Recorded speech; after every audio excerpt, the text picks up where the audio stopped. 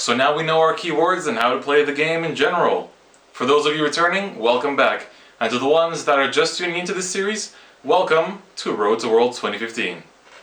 In this episode, I'll be talking about picking a deck. This is one of the most important parts of preparing for Worlds, I feel, because Worlds is such a big event and it really splits up into two player groups, the people that play for fun and the people that are in it to win it. So for the people that are in it just for the fun, I'm gonna say just pick whatever deck you feel like. Like, it's really hard to tell someone that's playing for fun, oh, you should play that deck, oh, you should play that deck, because they're not in it, they're not really playing competitively, you just want to have some fun. So why not pick the deck that you're having the most fun with, whether it's Mega Colony or Grand Blue or Shadows or whatever. Just whatever you have the most fun with, but this is only if you're going in from a casual standpoint. However, if you're in it to win it and you're going in competitively, I have a few more things to talk about. So when we talk about competitive players, it also splits up into two categories. The people that have that one deck to choose from, and the people that have a lot to choose from. So for those of you that only have that one deck, like if you don't have like any friends that you can borrow decks off because they also have only one deck or something like that, just stick with that deck because you probably know it better than anything. So why not play that one deck that you're so good at and just try to do your best, because chances are you're probably going to win with it. Like, we're in such a meta that it's, I almost want to call it the golden age of Vanguard, because so many decks are becoming good thanks to G. Like, BTO4 is around the corner and Mega Colony is going to be good. Who thought that Mega Colony would be a top contender for the meta? But here we are. Now, if you're one of those players that, let's say you only have one deck, but you have some friends that have other decks, like you have a friend that has a Shadow deck, a Link Joker deck, another friend has a Kagero deck, an Origami deck, and so on. You have some choice, like they're not willing to lend them to you. Now, I would say if you've played those decks a lot online or with your friends' decks, if you have a lot of experience and you feel confident, then you could choose one of those. But if you still feel better with that deck of yours and you feel that it can do pretty good, then I say go with that. However, this is sort of what next episode is going to be on about, which is playtesting.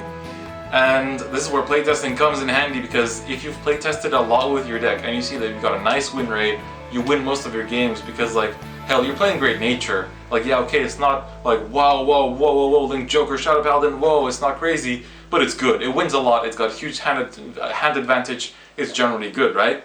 If you feel really good on Great Nature, I say you go with Great Nature, because chances are you're gonna know your deck inside out, so you can concentrate on what your opponent's doing. You can concentrate on learning while you're playing against your opponent and countering them as you go. So if you got that one deck that you feel really good with, but you still feel like, oh, maybe like, oh, I'll have a bigger chance if I take my friend's Shadow Paladin deck, chances are you will face situations that you have not play tested against. There's gonna be situations that are like, wait, what do I do now? Or like, I have so many choices, what's the best choice? Like, for somebody that has play tested that deck many times, they will know the answer to those questions, but you might not because you didn't have as much experience with it. But if you do, then that's fine, go with that. But I'm just saying, just pick whatever you have most experience with. Now, to those that have the little choice between I love this clan so much and I really want to take it with me, and I really like this clan and I'm really good with it and I'm not sure if I should take it with me, here's my little piece of advice. I'm just like that. I've got DP, which I love. It's my main clan, I really want to take it to Worlds, but I'm also thinking like, I kind of want to win it this time, right? Like, I'm not sure, because like, I can see why I lose in DP, and it comes down not to skill, but just, oh, I'm stuck on Daikaiser. All my Sin Busters went to my damage zone. What do I do now, right? Then I've got my Shadow Paladin deck, which is complete, super competitively viable. Pretty much all my losses are thanks to decking out. And like, you know, it's a tough choice because I really want to go with DP because I love it. But I want to go with Shadows because, one, I used to main Shadows and I love Shadows, but also because it's such a viable choice. So those of you that are in my position, God, it really depends. Like, God, it's such a hard choice because you love that deck, that you want to take it with you. But if you really want to win it, like, you're like, God damn, I want to go to Japan. I gotta win this. I gotta go to Continentals. I gotta win Continentals and go to Japan. I say pick that one meta deck. Only if you feel good with it. Like, you have to feel as good with both decks in order to take the one that you don't love as much. If the one that you love as much is, like, you feel better with it, then take that one. Like, straight up. Unless you have enough time to playtest with the other one and improve. But, like, if you're equally as good with both, I say go with that, like, the meta deck, kind of, if you have that other meta deck. So, Meta decks are kind of a tough thing, but you know, it's how the game goes. If you want to win, you often have to give in to the meta, but not always. Like we saw Australia Team League, they had Nubatama, Aquaforce, and Bermuda Triangle, if I'm not mistaken. Nubatama! When was the last time we saw that top? Like once, maybe? I'm not sure if it ever even did, but probably it did. I don't know, I'm not too sure. But goddamn, you know? Like, sometimes just believing in yourself and taking your favorite deck is what's going to give you the win. So it really depends in this case, so I'm sorry that I can't help out too much in that, just give a few cents of advice.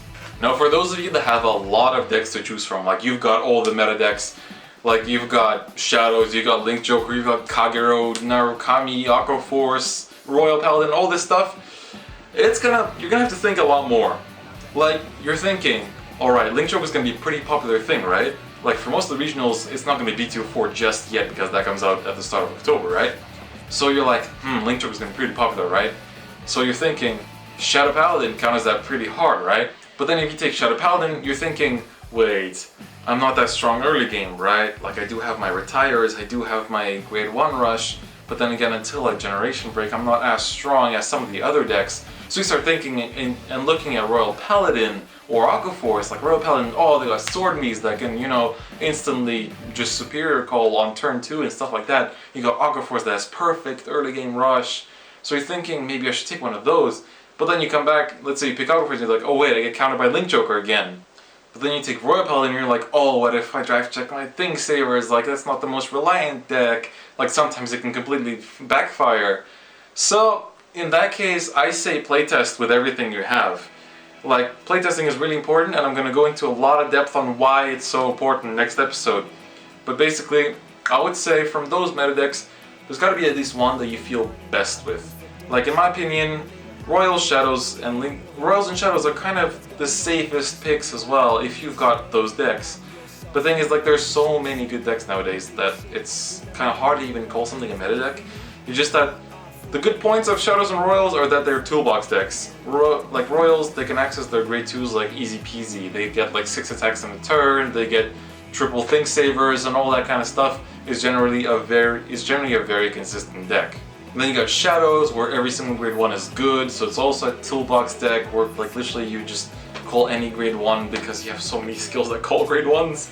So it really like, it all comes down to testing it through to see what you feel best with. Like, I personally, like, I don't know, I've got quite a few decks to choose from as well, but I only have really, like, Shadows are that one meta deck that I have. That's because I love Shadows, you know? So, it comes down to what you're feeling best with. Also, the region. If you're playing, like, I don't know, here in Europe, Bluish Flames are really popular for some reason, and they top a lot. And I talked to some of my American friends, but they say, no, we don't really see Bluish Flames here. Like, it's your locals, your region, like if you know stuff about it, what's really popular in there, you can just take something that counters that. Like if you know everybody's going to be running Shadow Paladin, you're like, alright, I'm going to take something that calls really easily, so when people bring out Diablo, I'm not that scared, you know? Or something that's really quick hand advantage, like a lot of decks actually, like Great Nature or Link Joker or a lot of stuff. You're like, yeah, I'm going to get quick hand advantage and then I can, you know, I can outstall them and then they're gonna deck out or they're gonna run out of fuel, right? Because not a lot of Shadow Paladin players run on flippers, right? So, you know, you gotta kind of analyze your region. If you can't, then you just pick what you feel best with. But for example, like, there are a lot of Facebook groups and blogs and YouTubers that might be from your region, so you can look into those.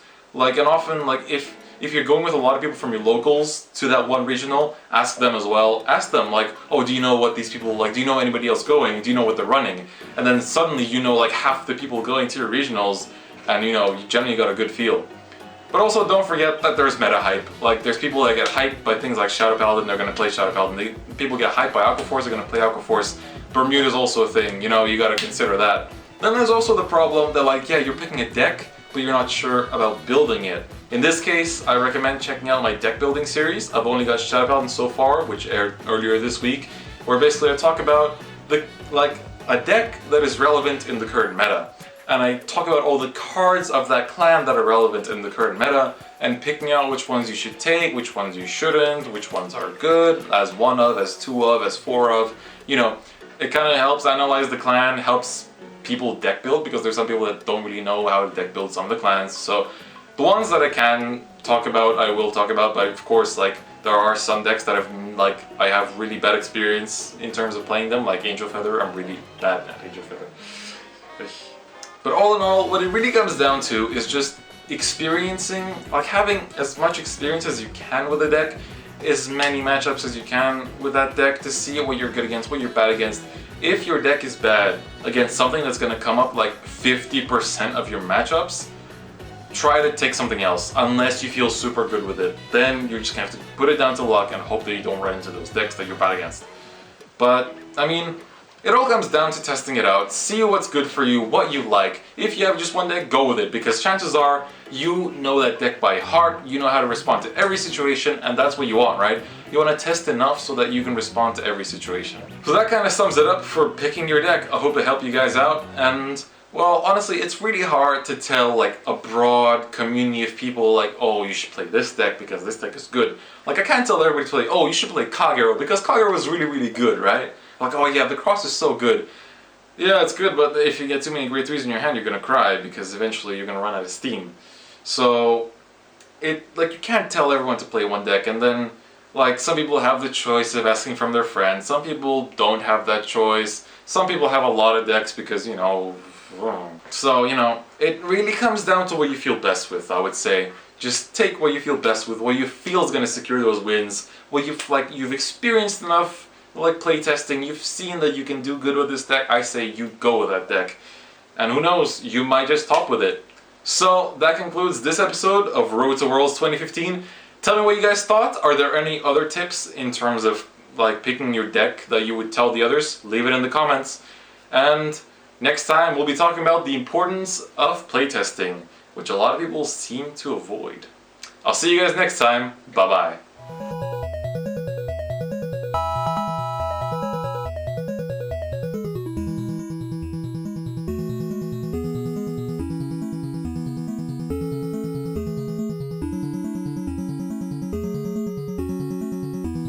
So that kind of sums it up for picking your deck. I hope it helped